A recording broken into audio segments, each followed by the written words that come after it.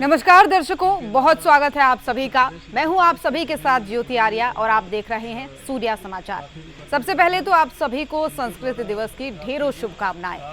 संस्कृत हिंदू संस्कृति का आधार, सनातन संस्कृति की पहचान, एक भाषा जो कई प्रमुख भाषाओं की जननी भी है। लेकिन आज के इस मॉडर्न होते समय में हमारी संस्कृति की पहचान, ये भाषा कहीं ना कहीं लुप्त सी होती जा रही है। संस्कृत जैसी प्राचीन भाषा को भूलकर समाज आज जो है भाषाओं की लड़ाई में उलझता जा रहा है। दक्षिण भारत हो या फिर उत्तर भारत, तमाम राज्य भाषाई जंग में उलझे हुए हैं। कहीं हिंदी का विरोध है तो कहीं अन्य भाषाओं का विरोध है। बावजूद इसके कुछ लोग हैं जो अब भी संस्कृत भाषा को पुनर्जीवित करने की कोशिश कर रहे हैं। सूर्या समाचार भी इस कोशिश में अपना महत्वपूर्ण योगदान दे रहा है और इसी कोशिश का नतीजा है कि देश आज संस्कृत दिवस मना रहा है। लेकिन सवाल यह है कि दुनिया की सबसे प्राचीन भाषा आज लुप्त क्यों होती जा रही है और इसे फिर से समाज का आधार बनाने के लिए क्या कोशिशें करनी होंगी। इसी पर हम अपने पैनल के साथ विस्तार से चर्चा करेंगे, लेकिन उससे पहले जरा सुनिए कि सियासी दिग्गजों ने इस संस्कृत दिवस के अवसर पर क्या कहा है।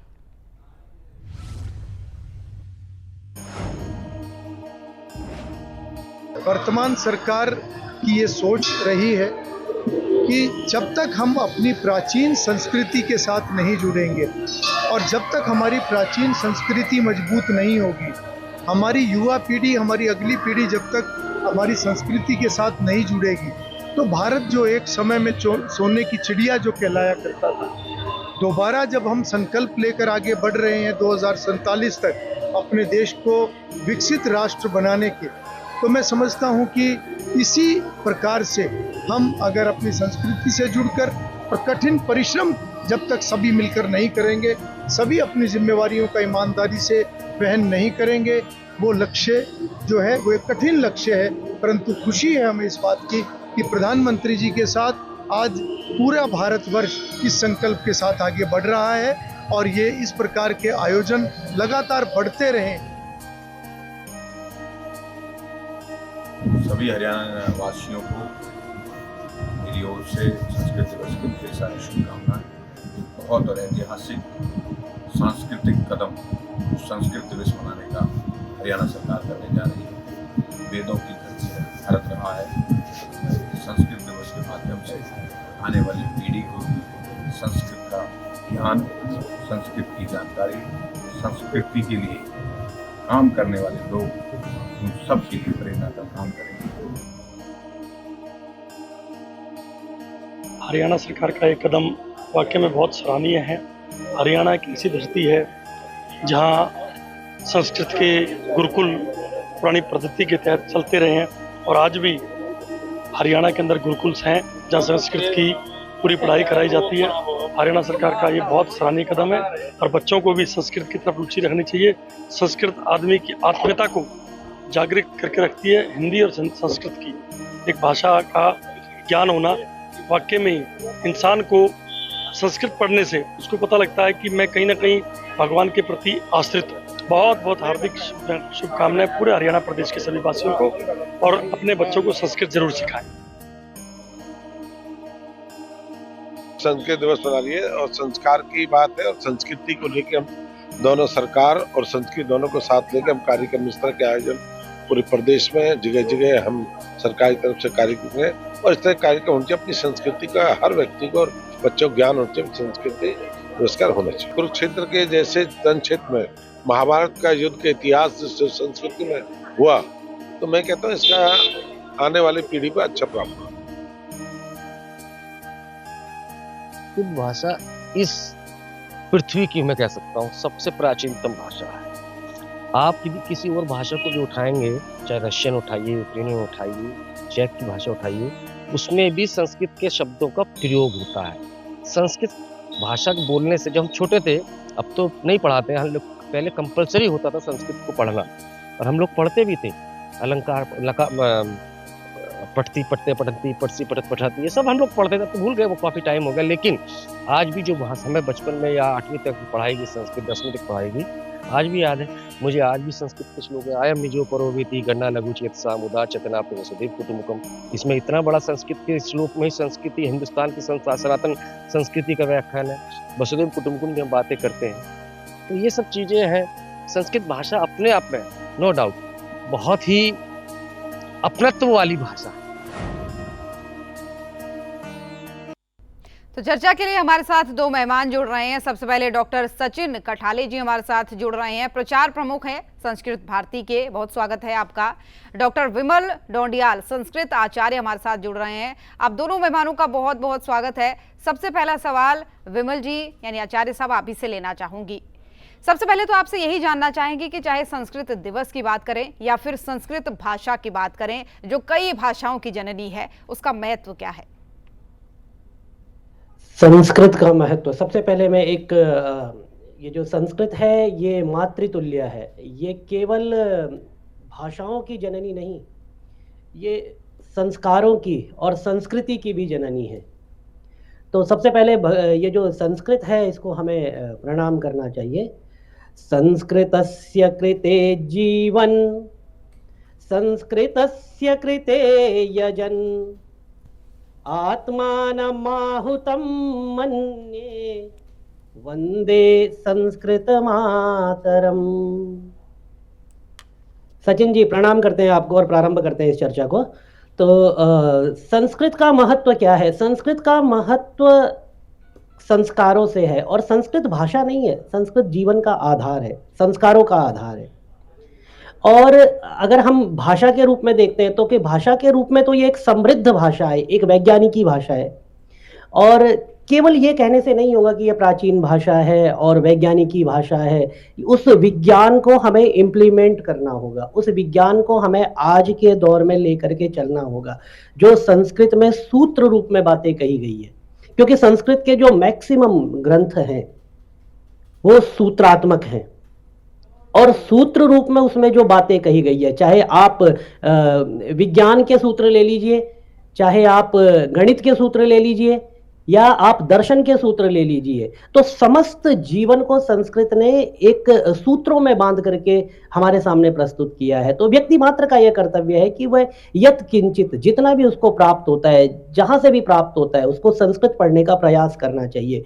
क्योंकि ये भाषा केवल आपके जीवन को नहीं सुधारती, आपके व्यक्तित्व को सुधारती है, आपकी भाषा को सुधारती है, आपकी संस्कृति को सुधारती है, और जीवन के इतने अवसर देती है। यदि आपने संस्कृत पढ़ लिया तो ये गारंटी है कि आप जो है कितना भी आप मार्ग आपका पथ से कुपथ हो जाए, लेकिन इतना कुपथ नहीं होगा कि आप संस्कारों से हीन हो जाए या संस्कारों से च्युत हो जाए। तो सबसे पहले तो मनुष्य को मनुष्य बनाती है संस्कृत, ये सबसे बड़ा महत्व है संस्कृत। बिल्कुल बिल्कुल सही बात कही आचार्य जी आपने। लेकिन जो संस्कृत हमें इंसान बनाती है, और यही कारण है कि संस्कृत में ही तमाम वेद, तमाम ग्रंथ लिखे गए। लेकिन आज के समय में विमल जी, ये जो संस्कृत है इसको क्यों बचाने की जरूरत पड़ गई, क्यों ऐसा हो गया? विमल जी मैं आपके पास लौटूंगी। सचिन जी आपसे ये मेरा ये सवाल है कि क्यों इसे बचाने की जरूरत पड़ गई? क्यों ऐसा है कि आजकल लोगों को ये बताना पड़ रहा है कि आपकी भाषा संस्कृत है, इसे समझिए, इसे पढ़िए? क्यों एक तरीके से लुप्त प्राय होती हुई नजर आ रही है? बहुत अच्छा प्रश्न है, और मुझे लगता है कि सामाजिक प्रश्न है। संस्कृत को आज लोगों को बताना पड़ रहा है कि इसको आप पढ़ें, इसका संरक्षण करें, क्योंकि हमारे अभ्यासक्रम से, दैनिक जीवन के हिस्से ये चली गई कहीं ना कहीं दूर। इसमें जिन लोगों ने इस पर बुरी नजर से काम किया, बाहर के आक्रांतों ने, तो वो अपने दैनिक जीवन से निकल गई कहीं। केवल पाठ्यक्रम से निकल गए ऐसा नहीं है, दैनिक जीवन से भी निकल गई। हम लोग जैसे कुछ पढ़ते थे, हर एक को कुछ ना कुछ संस्कृत का आता था, कुछ स्तोत्र बोलिए, कुछ श्लोक बोलिए, या तो फिर सुभाषित बोलिए, कि जिन छोटे छोटे वाक्यों से हम अपनी संस्कृति से, अपने जीवन के धर्म से, अपने कर्तव्य से जुड़ते थे, हम सभी उससे दूर हो गए। और किसी आधुनिकता के मोह से हम कहीं भटक गए ऐसा लगता है। इसके कारण संस्कृत जो है ये दो तरह से दूर हो गई। एक तो वो पाठ्यक्रम से दूर हो गई, नियम, और जहां भी पाठ्यक्रम में रही वहां उसका परिचय स्कोरिंग सब्जेक्ट के रूप में किया गया। अभी भी लोग संस्कृत क्यों लेते हैं ऐसा अगर पूछेंगे तो स्कूली सब्जेक्ट है ऐसा कहते हैं। तो उसका जो अध्ययन होता है वो केवल मार्क्स के लिए होता है, अंकों के लिए होता है। ये एक समस्या होगी। दूसरा है कि रोजमर्रा के जीवन में जो हम संस्कृत का उपयोग करते थे वो भी कहीं ना कहीं बंद हो गया। कोई भी अगर हम एक संगति देखेंगे तो पहले पितामह थे, दादाजी थे, वो पिताजी को पढ़ाते थे, वो अपने बच्चों को पढ़ाते थे, वो अपने बच्चों को पढ़ाते थे।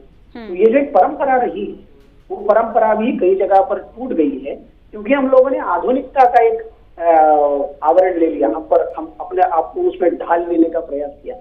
तो जो अपना था उसको बाजू में रख देने के कारण ही उसका विस्मरण हुआ है। यही एक मुख्य कारण है। तो हमको बताना पड़ेगा हमारे तो डीएनए में संस्कृत है, इसलिए बहुत प्रयत्न नहीं करना पड़ेगा। एक बार उसका जागरण हो गया तो संस्कृत अपने आप उभर के आ जाएगी, ऐसा मुझे लगता है। बिल्कुल।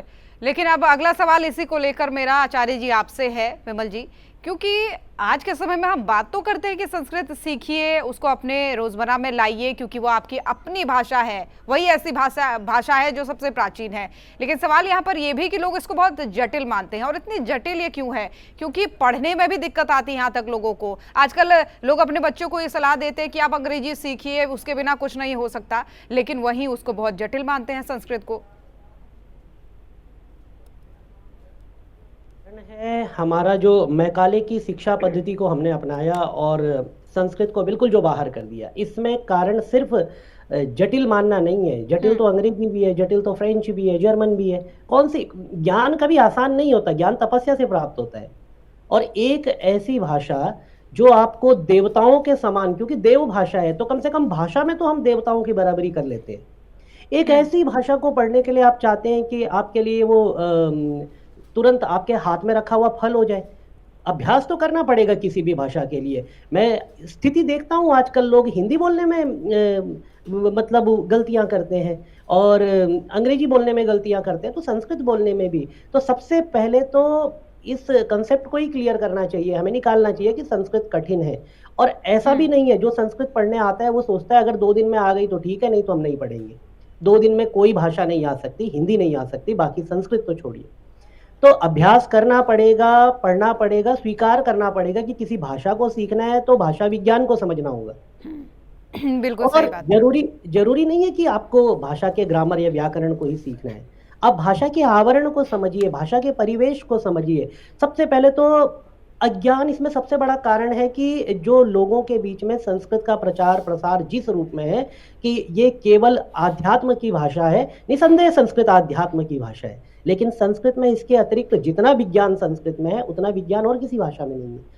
लेकिन ये लोगों तक पहुंचना आवश्यक है। ये पिछले कुछ समय से ऐसा हुआ है कि संस्कृत में जो विज्ञान है वो लोगों तक पहुंच रहा है। अब आर्यभट्ट ने जो खोज की उसको भारतीयों ने पहले स्वीकार नहीं किया, फिर कोई विदेशी आकर के उसको कहता है कि हमने ये किया, तो उन्होंने उसको स्वीकार कर लिया। कभी आर्यभट्टियम पढ़ने का प्रयास ही नहीं किया। अरे मत पढ़िए संस्कृत में, इंग्लिश में भी आर्यभट्टम उपलब्ध है, आर्यभट्टियम उपलब्ध है और उसकी सार संक्षेप आप कहीं से भी ले सकते हैं। कम से कम आप संस्कृत ग्रंथ में क्या क्या संपदाएं हैं, क्या क्या निधियां छिपी हुई है, पहले इसको तो जानें। और जब आप इसको जानेंगे तो इंटरेस्ट अपने आप क्रिएट होगा। और जब इंटरेस्ट क्रिएट होगा तो आप भाषा को समझना चाहेंगे। हमारे पास आते हैं पढ़ने वाले, इतने लोग संस्कृत पढ़ने वाले हैं जो भाषा को समझना चाहते हैं, जो शास्त्रों को पढ़ना चाहते हैं, क्योंकि उनको पता है हमें यहाँ से क्या मिलेगा। ज्योति जी, संस्कृत एक सागर है। जैसे सागर में जितनी बार आप डुबकियां लगाते हैं ना और बाहर आते हैं तो हर बार आपके हाथ में नए नए मोती, माणिक्य, खजाना होता है, वैसे ही संस्कृत में जितनी डुबकियां लगाएंगे ना उतनी बार नया रत्न आपके हाथ में आएगा। बस जरूरत है जानने की, जरूरत है अवेयरनेस की। लोगों के बीच में इसका प्रचार प्रसार इस तरह से हो कि आप उपनिषदों से क्या ले सकते हैं। उपनिषदों में केवल मंत्र नहीं है, उपनिषदों में संपूर्ण जीवन सार छिपा हुआ है। बिल्कुल। इस सच्च श्यामला धरती पर 4-4 बैलों से खेती होती थी, ये ऋग्वेद वर्णन करता है। ऋग्वैदिक लोगों की जीवन कला कैसी थी, हमसे भी ज्यादा एडवांस थी। वो किस तरीके से थी। आज हम कुछ भी चाहिए होता है हमें, हम किसी भी एआई ऐप को क्वेश्चन करते हैं, वो जवाब दे देते हैं तुरंत उसी टाइम।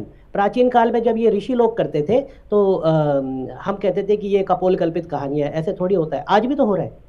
चैट जीपीटी तुरंत उत्तर दे रहा है। और आपने देखा होगा अभी जो ऑपरेशन सिंदूर हुआ था उसमें S-400 एक भारतीय रक्षा प्रणाली में जो शस्त्र था वो हवा में ही जो विरोधी जो मिसाइल्स हैं उनको खत्म कर देता था। बिल्कुल। अब प्राचीन महाभारत और रामायण देखिए, उसमें भी तो बाण टकराने की कला ऐसे ही दिखाई गई है। अब पहले हम उसको कपोल कल्पित मानते थे क्योंकि हमारे शास्त्रों में वर्णित है। आज जब S-400 उस चीज को कर रहा है तो हम उसको देख रहे हैं, प्रत्यक्ष ऐसा हो रहा है। इसका मतलब हमारा विज्ञान इससे ज्यादा एडवांस था और ये सब संस्कृत शास्त्रों में लिखा है। महर्षि भारद्वाज का विमान सर्वस्वम देखिए, विमान शास्त्र देखिए, महर्षि चरक का मेडिकल साइंस देखिए, सब कुछ हमारे साहित्य संस्कृत में वर्णित है। लेकिन जरूरत है लोगों के बीच में उसको लेकर के जाने की, तभी इंटरेस्ट क्रिएट होगा, तब लोग संस्कृत को पढ़ेंगे। आज भी पढ़ते हैं, ऐसा नहीं है, दबेश्वर में वो स्वीकार करें, लेकिन वो ट्रांसलेटेड बुक पढ़ते हैं। बिल्कुल, लेकिन ट्रांसलेटेड बुक पढ़ने से बेहतर जो उसका ओरिजिनल पढ़ता है, यानी जो वाकई में संस्कृत में पढ़ता है, तो उसके भाव कुछ अलग ही होते हैं और उसको और ज़्यादा बेहतर मिलता है उन लोगों के बजाय कि जो ट्रांसलेट बुक पढ़ते हैं। ये बहुत अच्छी बात आपने कही। मैं लौटूंगी आपके पास सचिन जी, एक बार आपका रुख करना चाहूंगी, क्योंकि जैसा कि आचार्य जी ने भी कहा कि ज़रूरत है संस्कृत भाषा को लेकर को तो उसके प्रचार प्रसार की और उसकी रुचि की। तो आज के समय में जब हम एक तरफ ये कह रहे हैं कि भाषा कहीं ना कहीं लुप्त होती जा रही है, लोगों का इंटरेस्ट कम हो रहा है, तो दूसरी तरफ प्रचार प्रसार के लिए क्या क्या किया जा रहा है कि ये लोगों तक पहुंचे और क्या क्या और किया जाना चाहिए? जो आपका पहला प्रश्न था जो विमल जी ने उसका उत्तर दिया, मैं थोड़ा उसके बारे में कहना चाहूंगा, बाद में आपके प्रश्न की तरफ आना चाहूंगा। भाषा कोई कठिन या सरल नहीं होती, वो परिचित या अपरिचित होती है। संस्कृत भाषा अगर परिचित हो जाए तो वो भी हमें समझने लगेगी। जैसे संगीत है, अगर संगीत को हम लोग देखेंगे तो संगीत सरल है या कठिन है? सरल है या जटिल है? जो आपने शब्द का प्रयोग किया, अगर कोई सरगम से गाने लगे, आरोह अवरोह लेने लगे तो बहुत जटिल लगेगी, संगीत की वो रचना बहुत जटिल लगेगी। लेकिन जब हम उसको बार बार गाएंगे, सुनेंगे, तो हम भी फिल्मी संगीत में जो सरगम वाले गाने हैं उसको भी हम लीला गा लेते। तो परिचित होना और अपरिचित होना इतना ही केवल भाषा में होता है। संस्कृत भी जटिल नहीं है, उसका स्वरूप वैसे हमारे सामने रखा गया। जैसे संस्कृतम बहु सरलम अस्ति, यदि अहम संस्कृतेन पंचवाक्यानि वदामि सामान्यः अशिक्षितजनः अपि संस्कृतम अवगन्तुं शक्नोति, तत् कठिनं निश्चयेन नास्ति, सर्वोऽपि जनाः संस्कृतेन संभाषणं कर्तुं शक्नोति। अब अगर इस प्रकार से बोला जाए तो किसको कठिन लगेगी? लेकिन संस्कृत अगर किसी के सामने रखा जाए तो बड़े बड़े श्लोक रखे जाते, बड़ी बड़ी जटिल रचनाएं रखी जाए, तो डर तो लगेगा। वस्तुतः वो कोई कठिन नहीं है, सरल है। उसका सरलता से आगे ले जाना इसकी आवश्यकता है। ये एक विषय होगा। आपका प्रश्न जो था वो ऐसा है कि संस्कृत लुप्त होते जा रही है। मैं आपसे निवेदन करता हूँ, सूर्य समाचार से निवेदन करना चाहता हूँ कि हम इस नैरेटिव को बदले। संस्कृत लुप्त नहीं हो रही है, संस्कृत के प्रति रुझान इतना बढ़ता जा रहा है कि संस्कृत भारती का कार्यकर्ता होने के कारण, उसका अखिल भारतीय प्रचार प्रमुख होने के कारण मैं आपको विश्वास से बताना चाहता हूं कि हम लोग कब पढ़ रहे हैं। लोग हजारों की संख्या में संस्कृत पढ़ने के लिए आ रहे हैं। समाज के सभी अंगों के लोग आ रहे हैं, सभी राज्य से लोग आ रहे हैं, कई देशों से लोग आ रहे हैं, और हम कम पढ़ रहे हैं। ये कम पढ़ना अभिमान का विषय, क्योंकि उतनी जागरूकता लोगों में है। लोग संस्कृत पढ़ना चाह रहे हैं, छात्रों की संख्या भी बढ़ रहे हैं, ये हमें समझ में आएगा। तो उसका जो नैरेटिव बनाया गया है कि ये मृत भाषा है, ये लुप्त भाषा है, ऐसा नहीं है। ये हमें बदलना चाहिए। और जिस संस्कृत के प्रीति से सूर्य समाचार इस विषय को आगे ले जा रहा है, मैं निवेदन करना चाहता हूँ कि हम इसी को अभी से बदलना शुरू कर दें, तो हो सकता है कुछ महीनों में लोगों के रुझान बदले। बिल्कुल, इसके बारे में जो प्रचार की आवश्यकता है, क्योंकि वो सामान्य लोगों तक अभी तक कम मात्रा में पहुंचा है, उसके लिए संस्कृत भारती, अलग अलग संगठन और विश्वविद्यालय, ये सारे लोग बहुत अच्छा प्रयास कर रहे हैं। इसमें जीवन के जितने भी अंग हैं, उन सभी अंगों के द्वारा संस्कृत का प्रचार हो, यह प्रयास चल रहा है। जैसे संस्कृत भारती ने खुद होके international Sanskrit short film festival करती है। ये आपको जान के आनंद होगा, कुछ लोगों को आश्चर्य भी हो सकता है। और इसमें एक वर्ष में 100 लोगों की एंट्री आती है। इनमें से कोई भी प्रोफेशनल आर्टिस्ट नहीं है। कई सारे लोग तो संस्कृत न जानने वाले भी, लेकिन संस्कृत में मैं फिल्म बनाऊंगा, संस्कृत का प्रचार करूंगा, ये भाव सभी के मन में। देश विदेश से लोग आते हैं, उसमें सहभाग करते हैं। इस वर्ष भी हमारा 7वां फिल्म फेस्टिवल होने जा रहा है। ये एक विधा होगी। फिर नाट्य है, फिर संगीत है।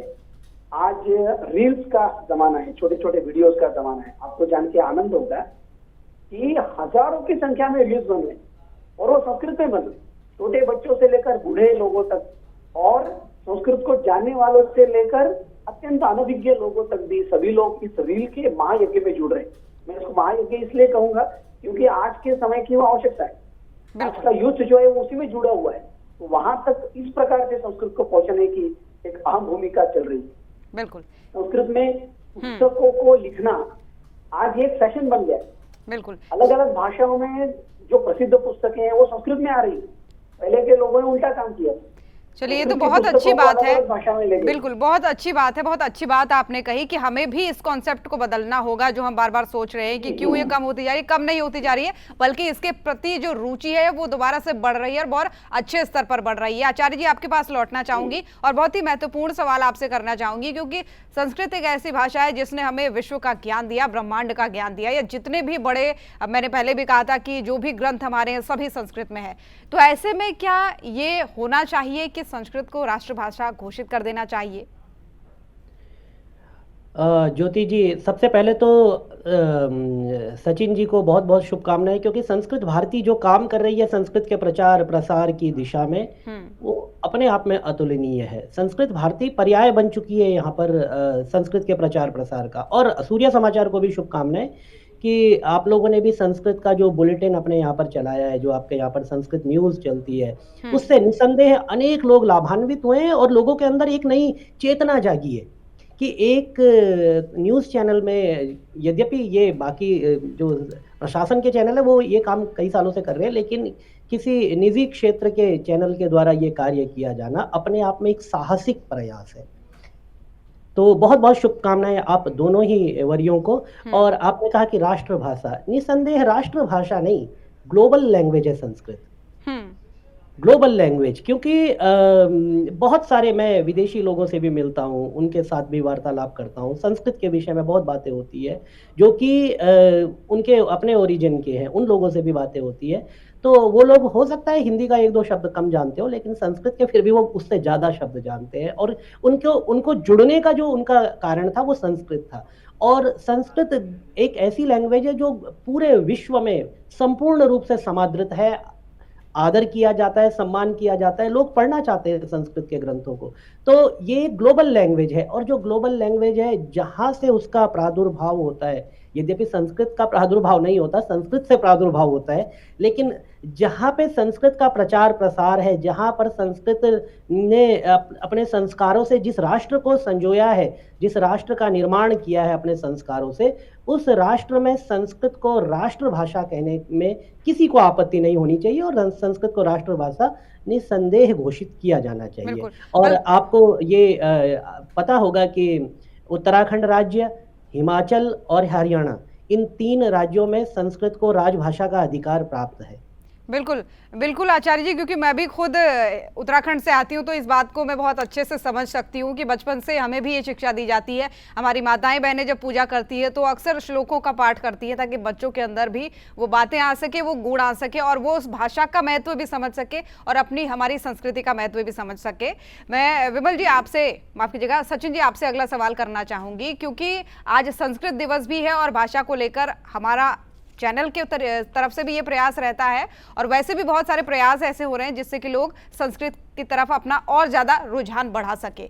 ऐसे में आज के दिन में, संस्कृत दिवस के दिन में, संस्कृत भाषा को लेकर इस देश के युवाओं को आप क्या संदेश देना चाहेंगे? संस्कृत को सबसे पहले भाषा के रूप में स्वीकार करना चाहिए। वो केवल युवा नहीं, सभी लोगों ने, सभी भारतीयों ने संस्कृत ये भाषा है, पहले इस तत्व को जब हम स्वीकारेंगे तो कई सारी समस्याएं अपने आप निपट जाएंगी। भाषा के रूप में जब हम उसको सोचेंगे, जब उसका चिंतन करेंगे, तो स्वाभाविक है उसको हम भाषा के रूप में पढ़ेंगे। आज जो अलग अलग जगह पर हम लोग सीख रहे हैं, उसको भाषा के रूप में नहीं, विषय के रूप में सीख रहे हैं। इसलिए उसमें अंतर है, वो प्रीति नहीं। इसलिए जब हम सीखेंगे भाषा के रूप में, तो उसमें हम लोग व्यवहार करने का प्रयास करें। सोशल मीडिया में हम लोग कई सारी रोज हजारों पोस्ट देखते हैं, हजारों पोस्ट डालते भी हैं। बिल्कुल। उनमें से कई पोस्ट संस्कृत में क्यों नहीं हो सकती? सरलता से हो सकती।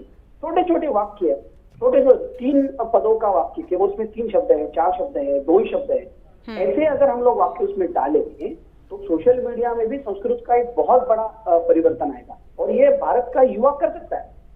भारत का युवा ये सारी ट्रेंड बदल सकता है। तो हम जब बोलेंगे, जैसे सीधी सी बात बता दो, भारत में जो जितने सारे उत्सव हैं वो हैप्पी इस शब्द से कहीं ऊपर है। हमारे सारे उत्सव बाय डिफॉल्ट हैप्पी है भारतीयों के, इसलिए हम उससे भी ज्यादा चढ़ के हम लोग शुभ ऐसा बोलते हैं। हमारे लिए हैप्पी दिवाली नहीं है, हमारे लिए शुभ दीपावली। बिल्कुल। We are thinking more than that. अब हमारा ग्रेडेशन अलग है। इसलिए हम लोग अगर सारे उत्सवों को, जैसे आज का दिन है, अगर हम कहेंगे संस्कृत दिनस्य हार्दाः शुभकामनाः, शुभम रक्षाबंधनम, अभी ऐसे छोटे छोटे शब्दों के आधार पर भी हम हमारा युवा अगर शुरू करे तो हम परंपराओं को बदल सकते। ये एक विषय।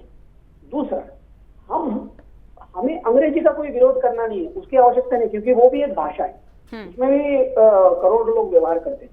हमें तो संस्कृत में व्यवहार करने वालों की संख्या बढ़ानी है और उसकी शुरुआत हमें अपने आप से करनी है। हम अगर एक एक वाक्य, एक एक परिच्छेद, एक एक संदर्भों को लेकर संभाषण शुरू करें तो ये एक फैशन बन जाए, कई लोगों का पैशन बन जाए और हम इसको व्यवहार भाषा के रूप में लाने में सफल हो जाएंगे। और ये कोई चमत्कार नहीं है। आज 7,000 से ज्यादा संस्कृत परिवार ऐसे हैं जिन परिवार में संस्कृत में बातें होती। आप विश्वास करें, वो सभी जाति धर्मों के परिवार है, समाज के सभी अंगों के परिवार, सभी राज्यों में विद्यमान परिवार है। अगर ये परिवर्तन केवल संभाषण से हो सकता है, 2-2, 3-3 वाक्यों से हो सकता है, तो सभी युवा जो अपना गण है, युवक है, वो इसको अगर आत्मसात करे तो संस्कृत दिन जो है केवल एक दिन नहीं, इन वर्ष के सारे दिन संस्कृत दिन हो जाएंगे। बिल्कुल, ये मैं सबसे निवेदन करना। बिल्कुल, बहुत बड़ी बात भी आपने कही, बहुत अच्छा निवेदन भी आपने किया और बहुत ही प्रयास जो है वो प्रसार भारती की तरफ से, यानी संस्कृत भारती की तरफ से भी किए जा रहे हैं संस्कृत के प्रचार प्रसार के लिए। आप दोनों मेहमानों का बहुत बहुत धन्यवाद हमारे साथ इस खास चर्चा में जोड़ने के लिए।